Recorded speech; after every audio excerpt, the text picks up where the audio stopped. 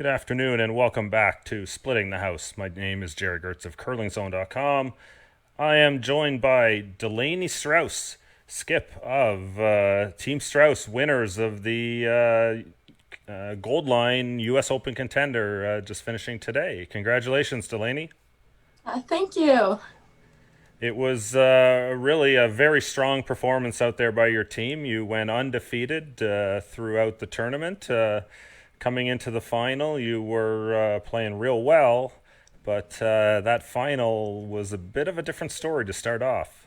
Yeah, definitely. We like to make it interesting. So, a couple situations early, you ended up with ends where it looked like you were doing pretty well, and then all of a sudden, Workin's team, they made several great shots to turn ends around, and then all of a sudden you were looking at steals to start. hmm What were you thinking out there as a team? What do you how do you refocus when you know that you're so close to setting up a good end and then it goes bad like that? Yeah, it was definitely difficult getting in that deficit early on, and it was our seventh game this weekend, so we were just extremely tired, so focus was a little bit harder. So we kind of just had to bring up the intensity, which is can be harder than it actually is. So we just got a little bit louder and a little bit more vocal, and we started focusing a little bit harder on weight because that's what we were mainly struggling with. And we eventually got a five to put us back in the game, and that's what really brought us to the win. So yeah, we kind of look at that five, and I have pulled up the end here, and it was really set up well from a shot with your third, two shots from your third. That was Leah Yavaro, correct? Yes. And the first one here left with the draw.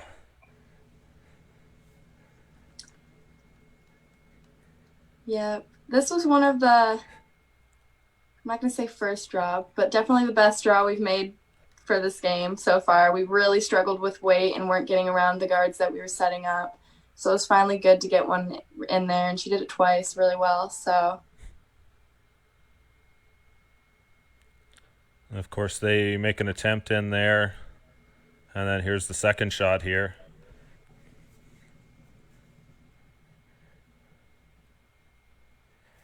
Absolutely perfect. mm-hmm.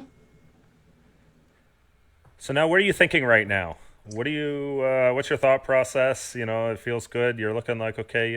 Two is looking pretty solid. If they put a good draw in here, you might be stuck with two.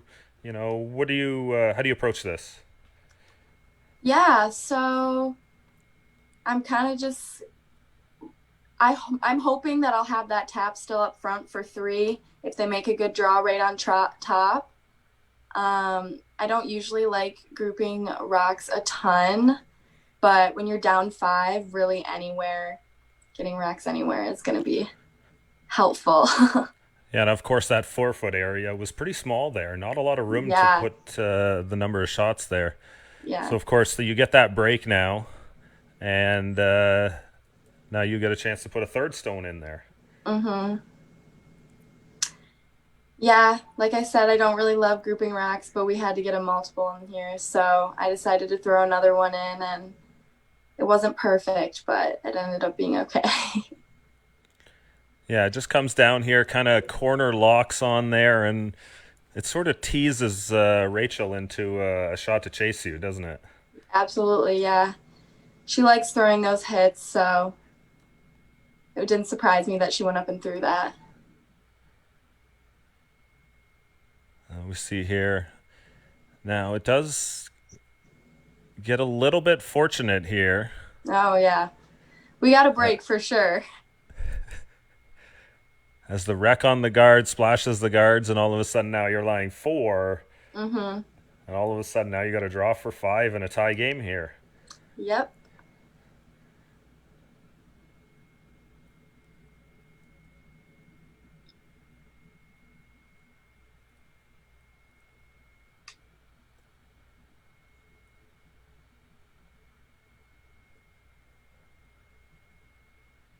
Right into the pocket. So Yeah, a really good comeback by your team here. You Yeah. put five on the board, and then the next end, you continue to put pressure on your opponents.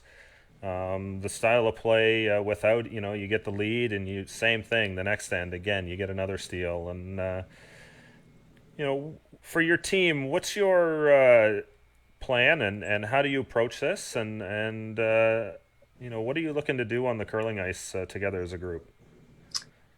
Well, this season is a little bit different because just in general because of the pandemic. So we're definitely suffering in the sense that we don't have a lot of events. Our junior B trials and the junior B event got canceled. So we definitely have to focus on different things, which those were our main things that we were focusing on. So we had to really dig deep and find out what we were really looking forward to throughout the season. So we Mm-hmm. kind of decided as a team with Jessica, who's our director of our program, as well as our coach, Courtney George, we decided that we were really going to focus on women's this year and that we were going to really structure ourselves as a women's team this year rather than a juniors team and really try to go and compete at that women's level at women's nationals in hopes that's still happening and try to get a medal there and then qualify for the trials in November. So you did play at the U.S. Nationals last year in Spokane, and you were you always seemed just so happy out on the ice, and it brought a real joy out there to the ice. It seemed. And what did you feel like in that experience? First time on the big ice there. You came off winning U.S. Nationals, going to on the arena ice there. What was your feeling around all that, and how do you think that sets you up for this season as well? Yeah, so last year in Spokane, we were all just really happy to be there, and that was kind of that. And we were just really glad that we could go to another event because we didn't get a world spot that year, and we were excited to get more games against high caliber teams, and getting that experience in is very important.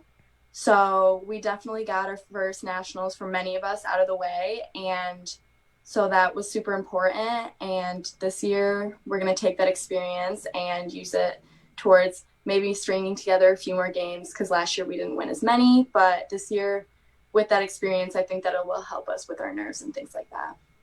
Yeah, it was really impressive to watch that performance, and just the decision making that I see in your game out here. It's really impressive to watch the way you attack the game, and push your opponents the way you do, and set up the game. So I think there's a lot of bright moments ahead for you coming up, and it's a real pleasure to talk to. Kind of the future of curling in the United States as one of the young athletes coming up. Such a deep program as well. Yeah, well, thank you. I enjoyed speaking with you. Thanks, Delaney, and we will sign off from here.